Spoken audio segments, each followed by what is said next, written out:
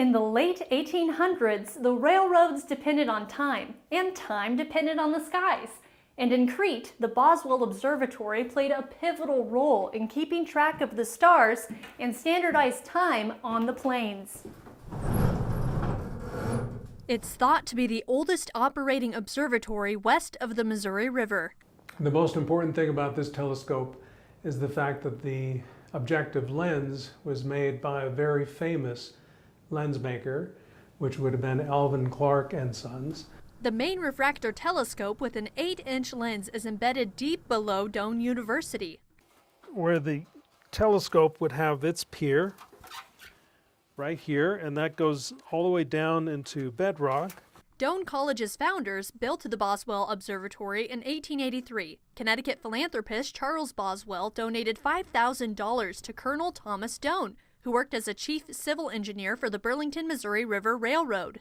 So Thomas was doing the surveying with the piers and all of that, and they visited New England observatories to see how it should be done.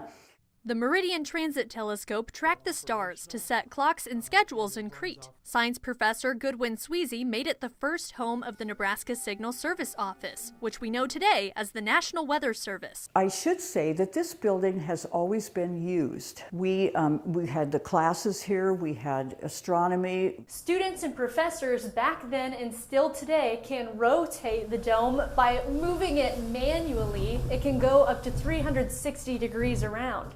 Other 19th and 20th century items are on display here, including the time ball that was dropped at noon from Merrill Hall. So we're very conscious of our past and we want to preserve it, and especially we know this is a very special place. Due to light pollution and tree cover, only a few celestial objects are visible through the telescope today, but that doesn't keep visitors from appreciating the skies and the history at Boswell Observatory. The fascinating part about this is that this was all designed back in 1884, and to be able to do all of that mathematics and the gear ratios with nothing more than a slide rule is pretty fascinating to me, and it does a really good job. For Pure Nebraska, I'm Grace McDonald.